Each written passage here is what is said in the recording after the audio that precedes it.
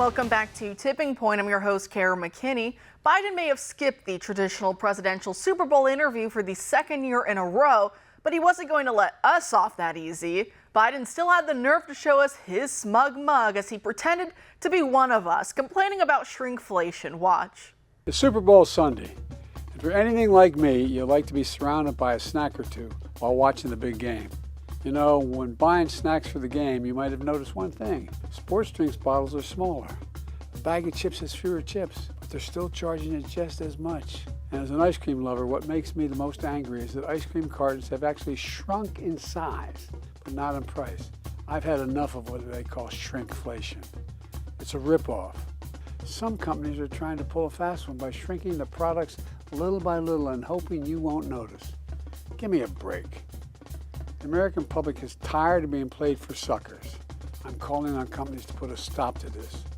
Let's make sure businesses do the right thing now.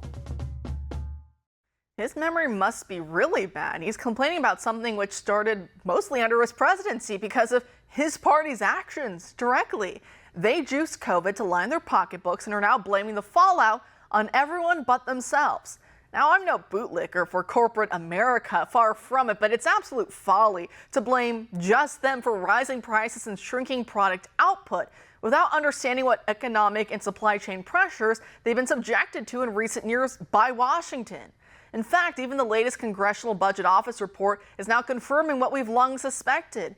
Reckless spending, not President Trump's tax cuts, are to blame for our current fiscal crisis, as friend of the show Alfredo Ortiz writes about in a new upcoming op-ed for the Washington Times.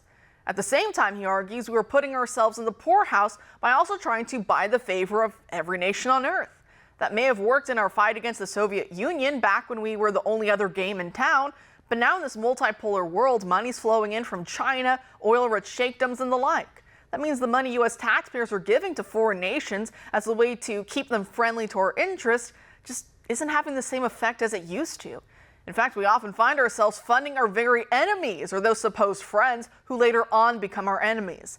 This is both a financial burden and a national security risk we can literally not afford. Ortiz recently co-authored a piece to this effect for the conservative online publication Breitbart.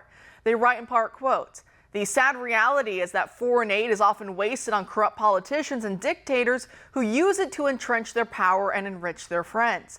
Very little gets to the actual people. And even when it does, it can disrupt markets, making the intended targets worse off. For instance, food aid depresses local prices, hurting local farmers and economies. The CIA even has a term for the unintended consequences of foreign military assistance: blowback," end quote. Now, part of the solution to this crisis, the piece asserts, is that all the free money from U.S. taxpayers being given out to foreign nations, and oftentimes to foreign nations in better financial situations than what we find ourselves in, should be converted from grant money to interest-bearing loans. It was a proposal President Trump had floated during his time in office. We help them, they help us, that sort of arrangement.